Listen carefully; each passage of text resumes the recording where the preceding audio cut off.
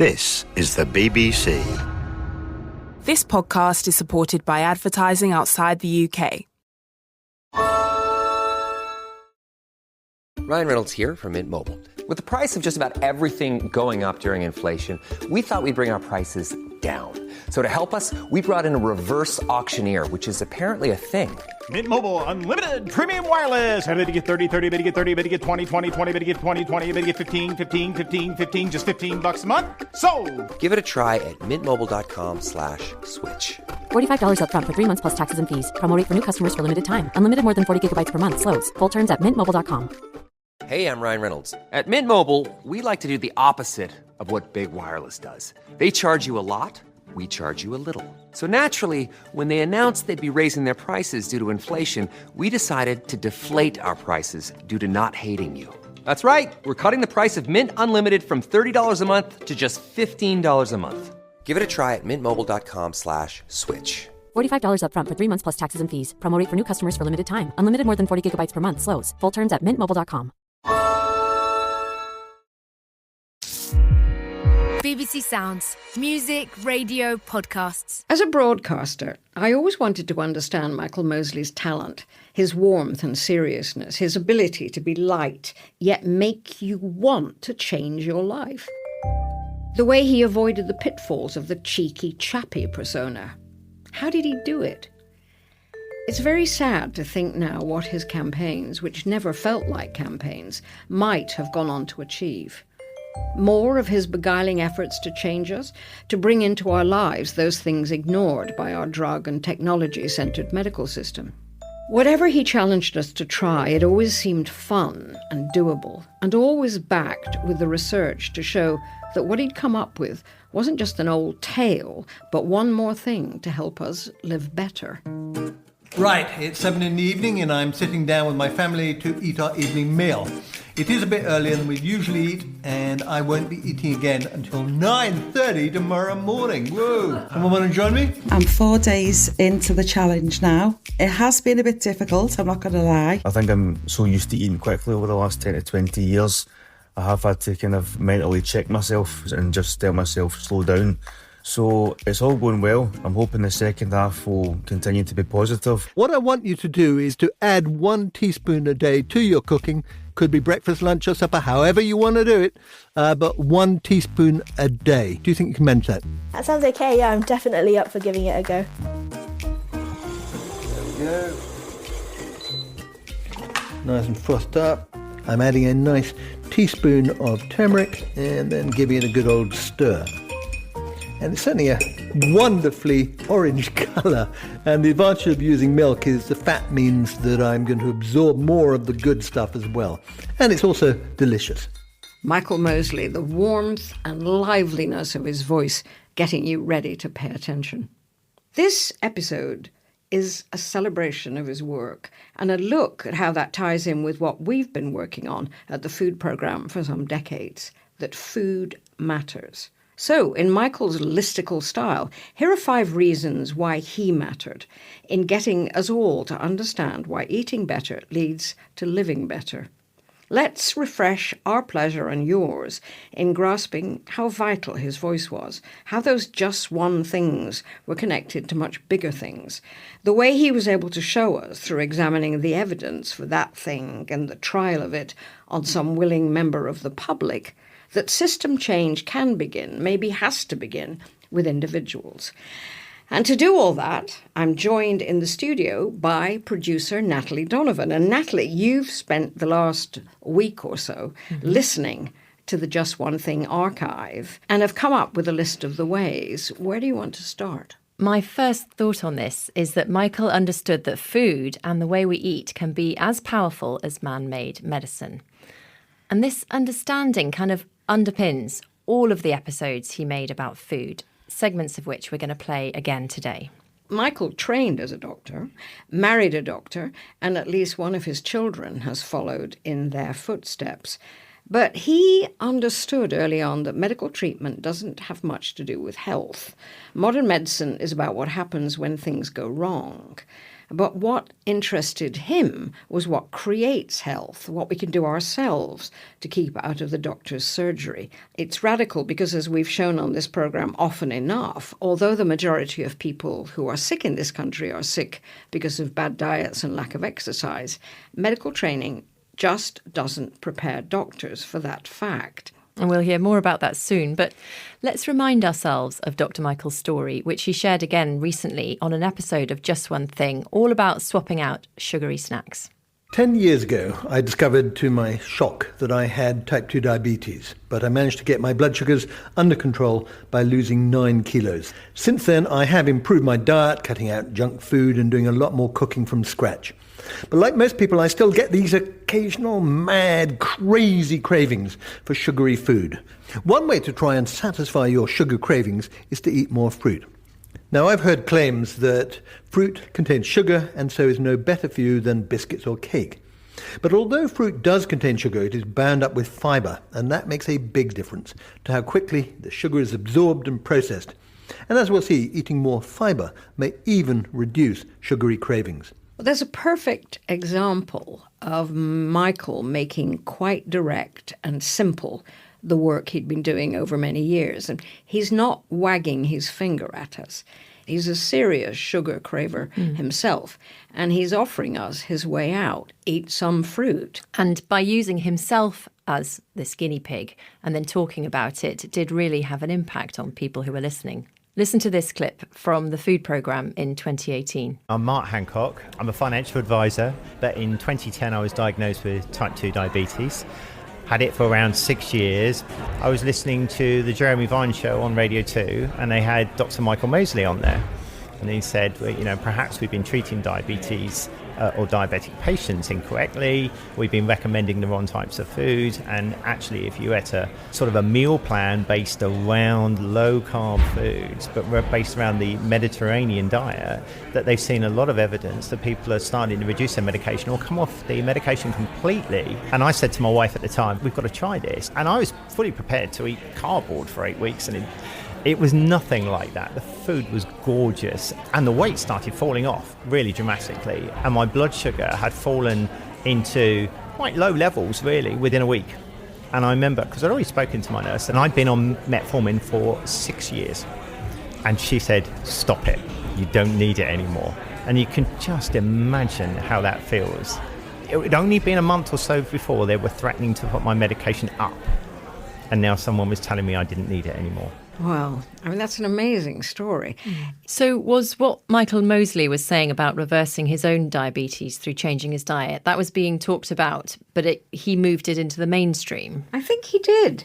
Him telling his own story encouraged people to go to their doctors and ask questions about what they might do to help themselves.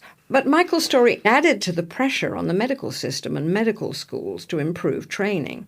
Something that Michael spoke to me about in our programme, Doctor's Orders, Getting Tomorrow's Medics Cooking. Unfortunately, it's not part of the traditional training. So at medical school, I learned almost nothing about nutrition. And I have a son at medical school, and it's, again, not part of his key curriculum, if you like. So I don't get a sense that there are lots of doctors out there who feel empowered to tell patients much about nutrition. We would love to decrease the amount of drugs being prescribed. My wife is a GP. She would love to cut down. But at the moment, if something goes wrong, then you as a GP get blamed. You get slammed because it's not, if you like, conventional medicine. Michael Mosley thought it important for medics to be trained in nutrition, but he saw the complexities in that too. If diet didn't, for whatever reason, work for patients, who's going to be responsible?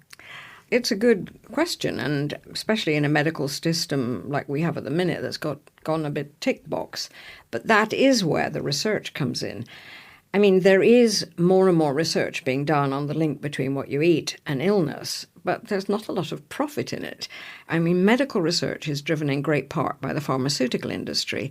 They can't make money out of you giving up ultra-processed foods or, for example, adding mushrooms to your diet or turmeric or, You know, there's no money in that for the medical establishment.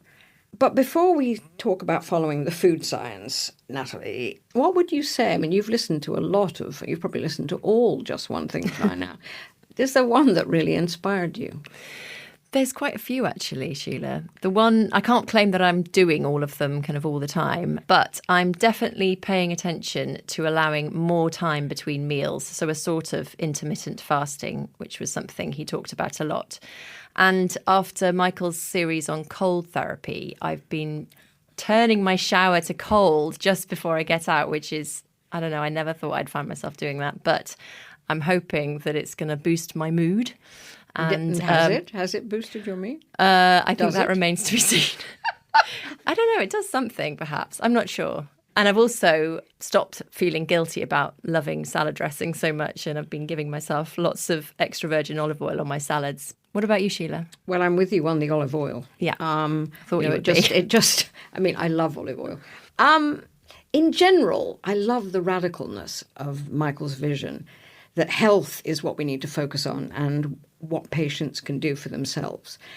But as you said, and you know that works because it's always linked to good research. But of the ones I listened to recently, I just loved what happens when you read poetry aloud and what effect that has on your breathing, your immune system, your mood. So I've been reading, you know. Reading it out loud? Well, you have to read it out loud. Yeah, you can't otherwise it doesn't read work. it to yourself. And I loved the Irish man they got to practice this who hadn't read poetry since he was in school, you know. Shall I compare thee to a summer's day? Which is what Michael used as his example. And also eating slowly. You know, I'm one of those people, you know, I'm always, it seems to me I'm always in a rush. I mean, before I came here, I thought, you know, I must eat something. Yeah. And then I remembered. No, Michael. Slow down. Eat and the mindfully. Profound effects. I mean, the research on that's really good. Yeah. Really, really good. Yeah, and we're going to come to that later. But on to the second way that Dr. Michael has been important in getting us all to understand the reasons to eat better. And that was through following the science. And I'm going to have to bring turmeric in here because it's one thing he really wanted to know more about. It's lunchtime and I'm throwing together a vegetarian curry. I'm about to add in something that could boost my mood and my memory, and it may even reduce inflammation. I'm adding turmeric. Yeah, Michael was fascinated by turmeric. He obviously liked the flavour, and he'd heard all the claims about it. And those were some of the things I spoke to chef and food historian Manisha Bharadwaj about for a food programme on turmeric. All children knew about turmeric. It's the kind of spice that makes its presence known everywhere, obviously. But also it was used as a medicine in so many different ways. So for example, if you ever cut your finger, your grandmother or your mum would put turmeric on it straight off because it's antiseptic. So the root or the powder? The powder. That is even today used as the first antiseptic on a wound. Every part of India uses it. And also used in ritual all over India. And all over India used in this sense of both as a food and as a medicine. Yes, absolutely. Absolutely. It's been around for, in thousands of years. People have known about the medicinal effects of turmeric. The kettle's boiling. Now, this is something that you start every day with? Yes. I've been having turmeric tea for the past 10 years or so. Easy to do, and it's your boost of immunity first thing in the morning. And Sheila, do you take turmeric? I do, because I have a chronic cancer called multiple myeloma, and there is some evidence that curcumin, the active part of turmeric, has a particular effect on multiple myeloma. But listening to that clip again from the food programme reminded me that I ought to be having that turmeric tea in the morning, not just relying on supplements. So at the moment you take it as supplements and cook with it, presumably. With turmeric, yeah. And for that programme, when you were talking about turmeric, Michael came into the studio to talk to you about his research because he and his team had been doing some research on people for his TV programme, Trust Me, I'm a Doctor. What we were interested in is doing a study where we looked at changes in genetic markers because realistically we're not going to be able to follow people for 20 years and see what difference it would make. So we just took a reasonably large group of volunteers, around 100 of them, and we randomly allocated them to either consuming a teaspoon of turmeric a day. They could have it any way they wanted, or they had the equivalent amount in a little capsule, or they took a placebo. We followed them for 6 weeks when they were doing that. And at the end of that time, I went off to find out the results. Professor Martin Vichventer has the results for the 3 groups. We didn't find any changes in the placebo group between before and after 6 weeks. The supplements group didn't also show any difference, but the powder group definitely showed quite substantial differences between the pre and post turmeric exposure. Interesting. So placebo no effect, supplements no effect, but turmeric powder definitely an effect. Yes, and that was really quite exciting, to be honest. And we found one particular gene which showed the biggest difference, and what we know is that this gene is involved in 3 specific diseases. One is depression and anxiety, one is asthma and eczema, and the third one is cancer. And quite interestingly, and this is really striking, is that those are the 3 entities that we know turmeric is affecting in a positive way. That's very impressive, isn't it? Now, what the prof couldn't say is he could say there were changes. He couldn't say whether they were good changes or bad changes. And they're going to look into it further. There were no changes in the other 2 groups. So that was kind of interesting. You did a phone-in with Jeremy Vine in January. And what struck me about that was how many of the callers really felt very strongly positive about it, using turmeric all the time. And, one of them was feeding it to his dog, and which is another story. Yes. How much of that is wishful thinking? I don't think it's necessarily wishful thinking. There may be a strong element of the placebo effect, and I'm a huge fan of the placebo effect. I think it's a great shame that we can't dispense placebo pills because they tend to be extremely effective, particularly in areas like pain. And that, I guess, is the point of doing big randomized controlled trials. The other thing I'd say is that it's very clear that we are all different, which is another obvious, but in some ways something which seems to have slightly passed the scientific community by. So it could well be that even if you did a big randomized controlled trial, you would discover that on the whole the effect was negative, but there might be subgroups who did get huge benefit from it. And I guess that is the challenge. That's a real challenge, because you could say the same for quite a few of the just one things. Not all will work for all people. But Michael's interest in the healing properties of turmeric carried on. As you can hear from this next interview, when Michael spoke to Dr Benny Anthony from the Menzies Institute for Medical Research at the University of Tasmania. Now, I know you have done clinical trials looking at the benefits of using turmeric in arthritis. Can you tell me about that? So this clinical trial involved 70 patients. So we selected patients based on pain as well as based on the joint inflammation.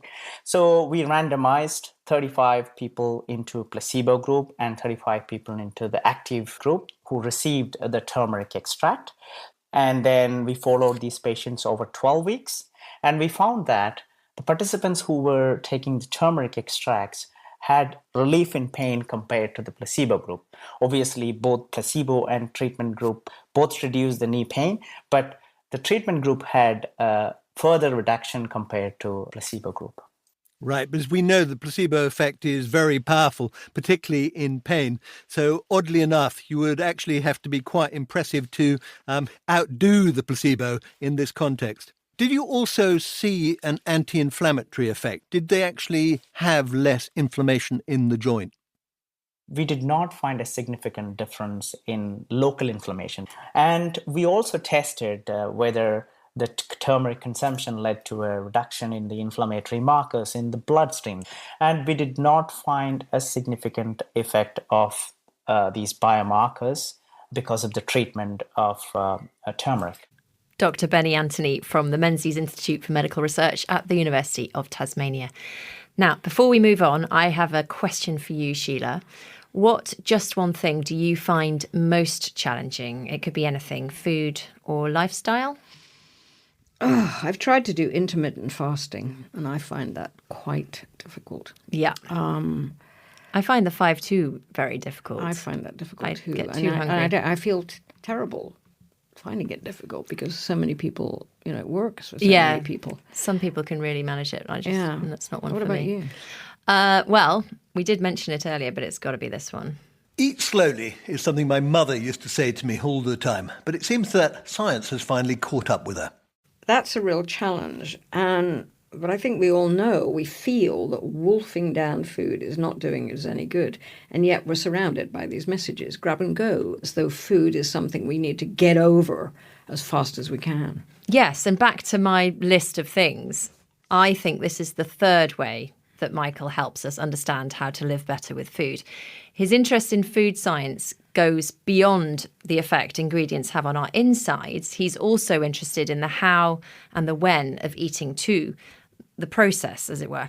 And for this just one thing, he was joined by Dr. Sarah Berry from the Department of Nutritional Sciences at King's College London and Chief Scientist at Zoe. We know from observational studies that people that eat their food more quickly have higher levels of obesity, have higher levels of cardiometabolic disorders. So, for example, higher cholesterol, worse insulin sensitivity, etc.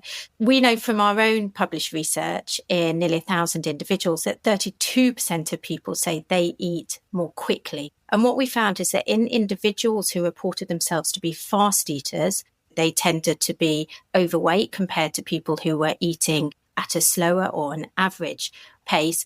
We also found that faster eaters had a higher energy intake.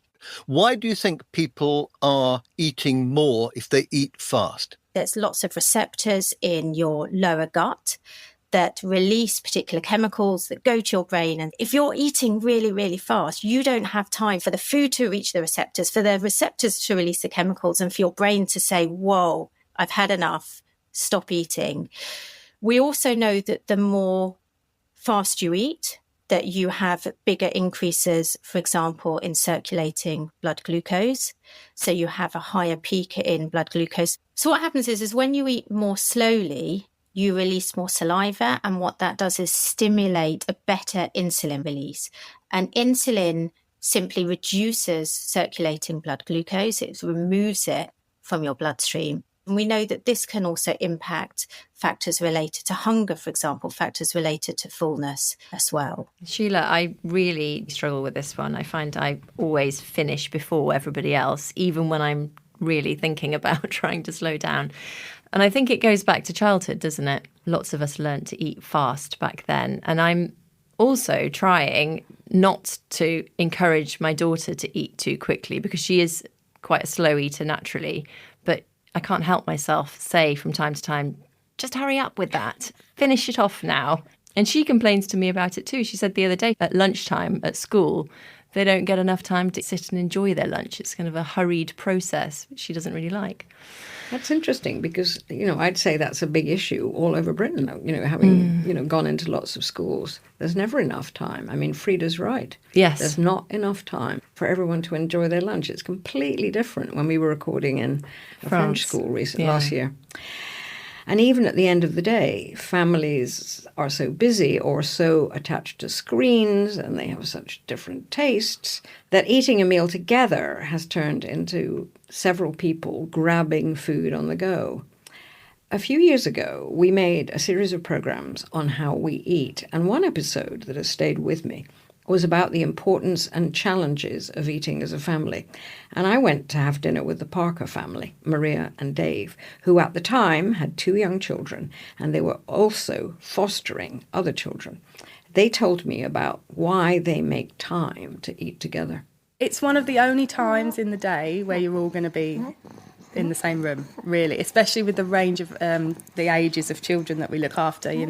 Finding stuff that you're all going to be able to do together as a family is not that easy. So it's lovely that everyone comes together and can talk about their days. And you get kids who maybe have not sat at the table before. I mean, how do you set boundaries, tell them what the rules are, or you just show them by example? Well, it's mostly just showing by example. Like, say, there are children that haven't had any sort of structural routine or house rules, but because I'd say my son is autistic, so he does like to have things in structure. So it's just how our house has always worked anyway, regardless of fostering. And it doesn't really take long for children when there's food involved. A lot of the children we look after, it's all about food anyway, because they either haven't had very much before, or when they've had it, they've gorged because of worrying about when they're next going to have it. So again, it's quite easy to get them into a routine and to get them up the table and sitting nicely, because they're going to be eating, so they know what's coming. Steve Biddulph is a psychologist who's written several global bestsellers, including The Secret of Happy Children, Raising Boys, and now Raising Girls. It's a remarkable thing that it's now a countercultural activity to sit down together at a table. People are rushing like never before. And what we're finding is that family life is really different to what it used to be like. Now, in some ways, it's better. It's more relaxed. We don't define families in such narrow ways, and mums and dads are more equal, and there's a lot of improvements. But what we lost, I think, was the feeling of that a family is about closeness. And it's not a factory for making kids. It's a place to hang out where mental health is nurtured. And so one of the best ways to do that nurturing is to say, okay, when do we get together that's going to be the most comfortable? And the family meal turns out to be the one that seems to work best. And there's been an extraordinary amount of research into this. A Canadian study found that frequent family dinners led to fewer emotional and behavioural problems, greater emotional well-being, more trusting and helpful behaviours towards others, and higher life satisfaction. That was Steve Biddulph talking to you in 2017, Sheila. And before him, the marvellous Parker family. And this kind of ties into a more recent interview that the food writer Bea Wilson did with Jager Wise for a programme we did about mindful eating. Bea is one of the founders of Taste Ed, which is a sort of a movement now in nurseries and primary schools about getting children to experience eating, to take away this fear of the new. They're trying to revolutionise food education in the UK. Using the Sapere method, and children learn new things about food using all their senses. Teaching a child to pay attention to their own senses when they're eating more can have a really profound impact in actually transforming their tastes. I felt this really tied in as well. It's about getting children to eat food and become better at eating food, perhaps, but it's also about the way they eat food and the way they enjoy food. Yes. Which is what Michael Mosley's talking about with the slowing down. Yeah, I think I've never heard Michael Mosley talk about Taste Ed, but I think he would have liked it. So one of the activities we do sometimes is we get children to put on ear defenders when they're eating or trying something. And what that does is it shuts out all of the outside noises, but the sounds inside your head become hugely amplified. So the sound of yourself chewing is really dramatic. And there was a school that we went to in Brixton with Taste Ed, and there was a child who was on the autistic spectrum, and their teaching assistant said, don't worry, they won't try anything new. They definitely won't try tomatoes, which was what we were trying that day, but don't worry, don't take it personally. And then we just turned around and they put on the ear defenders, and this child was just popping cherry tomato after cherry tomato into their mouth with a huge smile. And it was the most magical thing to see, that somehow there was something about shutting out all of the outside world and just focusing on the food that for that child meant that they could enjoy it for the first time in their lives. And that's really transformative and beautiful. Bea Wilson from a 2022 edition of the food programme on mindful eating. And all those programmes, Natalie, are still available to listen on BBC Sounds, aren't they? Yeah, and I'll post the links to them in today's programme description so you can get to them easily. So what's next on our list? Taking responsibility for our own health, regardless of what the medical system or anyone else is telling us.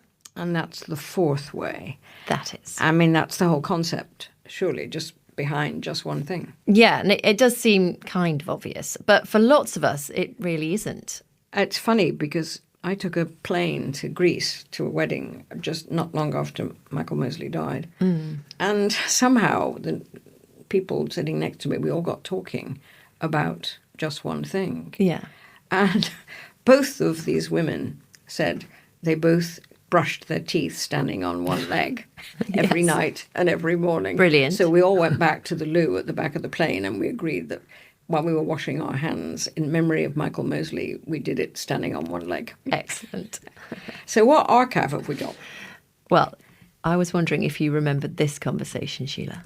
The problem with the thinking of nutritionists last century was that it was all to do with protein and body growth, and they didn't think about the brain growth. Brain disorders have now overtaken all other burdens of ill health. That's Professor Michael Crawford, Director of the Institute of Brain Chemistry and Human Nutrition at Imperial College. That's right. Let's have a listen to a little bit more of what he's saying to you. So we're in a very powerless situation at the moment, and the first thing to do is to get the balance more appropriate. That is by reducing the amount of omega-6 fatty acids that we're eating in seed oils, in prepared foods that are built with seed oils, and the sort of margarine type foods. Not necessarily eliminating them, but at least controlling the amount that's eaten. And then putting greater emphasis on the absolute wonderful wealth of food that comes from the sea. And in the 70s, Sheila, Professor Michael Crawford made a prediction, didn't he? He predicted that our current problems with heart disease and stroke would be followed by a plague of mental health problems because the lack of omega-3 in our diets are affecting our brain function. And he said that the government's advice on fish to eat at least 2 portions a week, and one of those to be oily fish, was far too low for people to get the right amount of omega-3 fatty acids. He said we should be eating more oily fish and much more seafood in general, and far, far less of processed foods made with vegetable oils. And that advice is still hasn't changed since you made that programme, right? Yeah. And that brings us to the next thing. As I said, Michael Mosley's commitment to sharing what he knows about food and encouraging people to take personal responsibility, even when it seems to contradict official advice. Now, despite the fact we are an island nation surrounded by seas, only a quarter of UK adults report eating any oily fish, with less than 16% of young adults eating at least 2 portions of fish a week. And it's important to note that when it comes to topping up your omega-3 levels, the kind of fish matters. Whitefish, like cod, which you find in fish and chips, are a great source of protein and other nutrients, but low in omega-3. The simplest way to remember what's meant by oily fish is to use the acronym SMASH: salmon, mackerel, anchovies, sardines, and herring. Smash fish are all great sources of omega-3 fatty acids.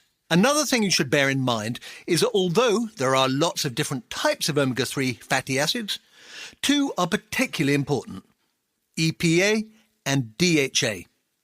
These have been extensively studied and shown to help reduce inflammation, which is associated with a whole host of negative health outcomes, like heart disease and dementia.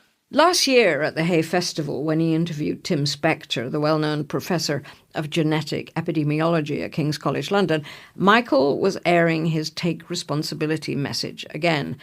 Tim Spector had just told him that if he had to do just one thing, it would be to aim at eating 30 different plants a week. Now, you identified 30 as your just one thing. Mine is slightly different because mine would be a Mediterranean diet, which I suspect you would broadly agree with, and that is lots of nuts, oily fish, veg and olive oil. Fish, think smash. That is salmon, mackerel, anchovies, sardines and herring. Yeah, well, I do eat fish, but just for environmental reasons, I don't eat that many fish. The smaller the fish, the more sustainable it is, and mussels and clams are perfectly sustainable. Right, so Tim's top tip is to eat at least 30 different plants a week. For me, it's the Mediterranean diet, but one thing is clear: if you want to benefit your heart health, your gut microbiome and your brain, then put aside the ultra-processed food and pick up a plant. Thank you very much, Tim. It's been great. And I think what this clip shows is that at the heart of all of his just one things was food, wasn't it? That was the one thing he always came back to. Absolutely. He really did understand that food was at the heart of things. So you said there would be 5. I did. And the fifth is on the line to us now. One of our colleagues here at the food programme. It's Dan Saladino. Hi, Dan.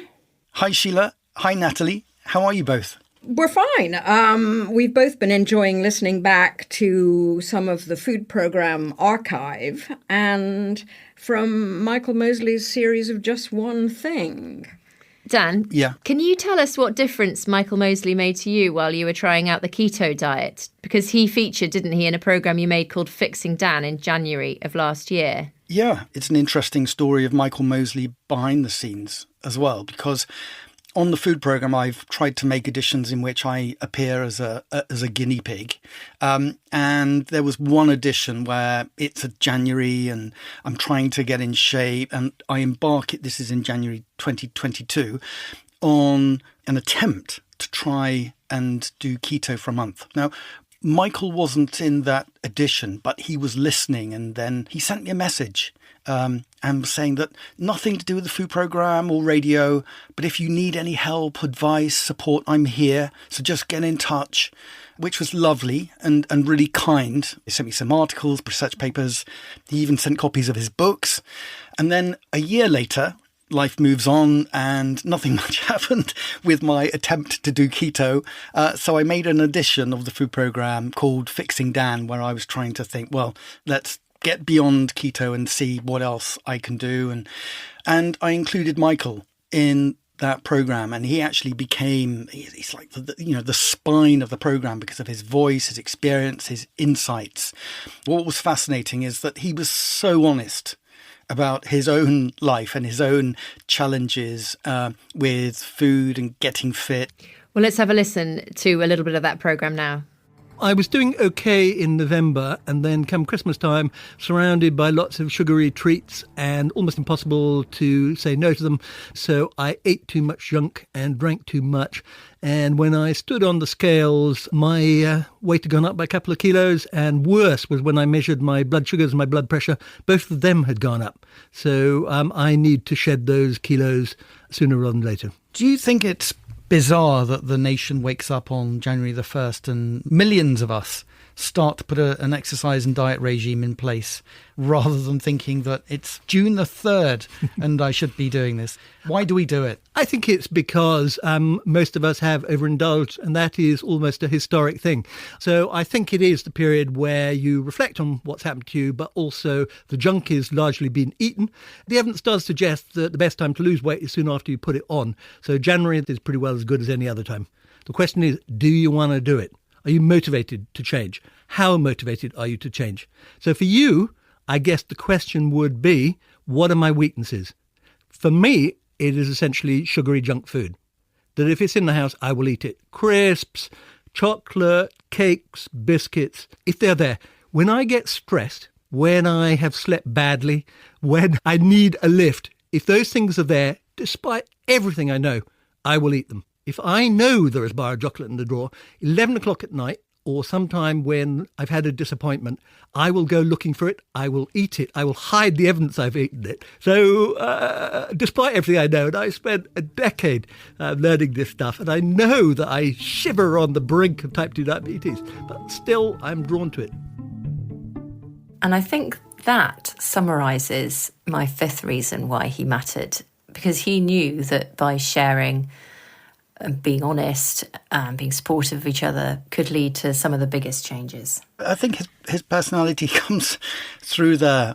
But in that programme, there were so many wow moments that Michael brought. For example, the role of protein, how protein or lack of protein can be a driver of hunger, of appetite. He, in that edition, talked about the role of inulin. You can get it in Jerusalem artichokes, onions, garlic. Leeks. Leeks, absolutely. Mm-hmm. So inulin in this particular study, not only did the microbiome switch to a more favourable form, but they found that people's sugar cravings went down, not only self-reported, but also on brain scanners. So, Michael, my gut microbiome is exerting a powerful influence on my food decisions without me even realising. Absolutely. And there's even a term for it, psychobiotics, which is the link between what's going on in your gut and what's going on in your brain. We know there's a clear link with things like depression, that if you change your diet, if you go from a traditional Western diet to a more Mediterranean style one with fibre and all those other polyphenols and delicious things, it is possible to reduce symptoms of depression, even in people who are quite severely depressed. Forget Instagram and TikTok.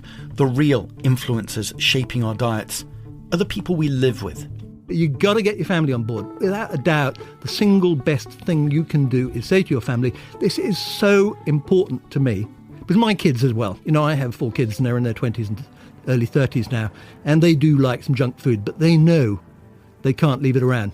One of the lowest moments in my life is when I ate my daughter's Easter egg when she was about 8, and she's 22 and she's never forgiven me. And I saw it, and I knew I shouldn't do it, and I started off nibbling a bit, then I thought I'd better get rid of the evidence, and then I had to confess. And how low is that?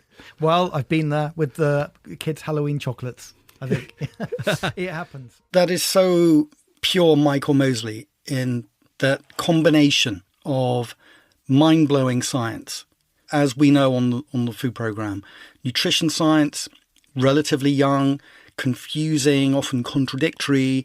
His gift was to cut through so much of that, but get to the really solid research and convey that to an audience in a really, and me, as you just heard, in a really clear way. And that point about getting your family on board, I mean, it's just kind of a classic just one thing type approach. What a brilliant science journalist, storyteller, broadcaster, a voice you could trust. And he makes you think, I can do that. I mean, he fills me with hope and, the sense that this would actually enrich my life. So why not do it? And I think that's why Just One Thing was such a perfect platform for him. 13 and a half minutes on air, and it will change your life. And these episodes, they're waiting there free on BBC Sounds, and he's left behind this incredible archive that can impact on health and happiness. And Michael's legacy in terms of a life lived is much, much bigger than that. But how many programme makers will ever get to say that they made such a difference to so many people through programme making? A very, very few. And he's one of them. And if you had to choose, what's your just one thing? The addition that I would say is one of those radio moments where you stop everything and you listen is eating oily fish. Which we just heard actually before you joined us. Well, this was an addition that touches on omega-3 fatty acids. He goes into the mechanism, how does it work? So he talks about EPA, DHA, fatty acids, goes into research from decades ago about Inuit populations, how such a high-fat, low-vegetable diet can be so healthy, relatively healthy to that particular population. Such a brilliant programme. It was a completely brilliant programme and important in that, the food programme had been following that story for 20-odd years. And there was, Michael moving that science out and making it understandable. It was a brilliant programme. Well, thank you, Dan. Thank you, Natalie. And thank you, of course, Dr. Michael Mosley, for helping us all understand more about how food and the way we eat is the road to living a better life. There are, of course, many more Just One Things on food and other subjects available that we could talk about today. But why don't you let us know your favourites on our social media pages? We are BBC Food Prog on Instagram and X. We look forward to hearing from you.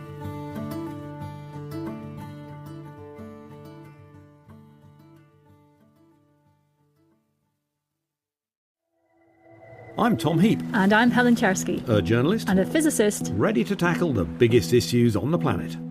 Each week on Rare Earth, a podcast from BBC Radio 4, we investigate a major news story about our environment and wildlife. We delve into the history. How on earth did we get here? We stir up the politics, who's right and who's wrong, and we search for effective solutions to rising temperatures and collapsing wildlife.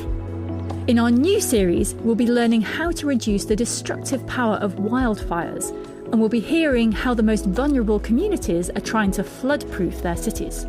And we'll reveal the new phenomenon of green hushing. Companies no longer want to talk about the environment. They're worried that green activists will point out their hypocrisy, while right-wing critics accuse them of being too woke.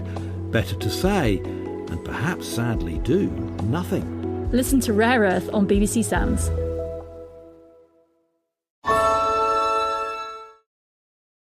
Hi, I'm Daniel, founder of Pretty Litter. Cats and cat owners deserve better than any old-fashioned litter. That's why I teamed up with scientists and veterinarians to create Pretty Litter. Its innovative crystal formula has superior odor control and weighs up to 80% less than clay litter.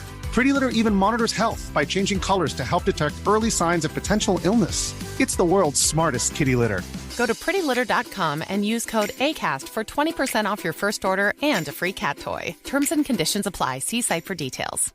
This is the story of how a group of people brought music back to Afghanistan by creating their own version of American Idol. The joy they brought to the nation. You're free completely. No one is there to destroy you. The danger they endured. They said my head should be cut off. I'm John Legend. Listen to Afghan Star on the iHeartRadio app or wherever you get your podcasts.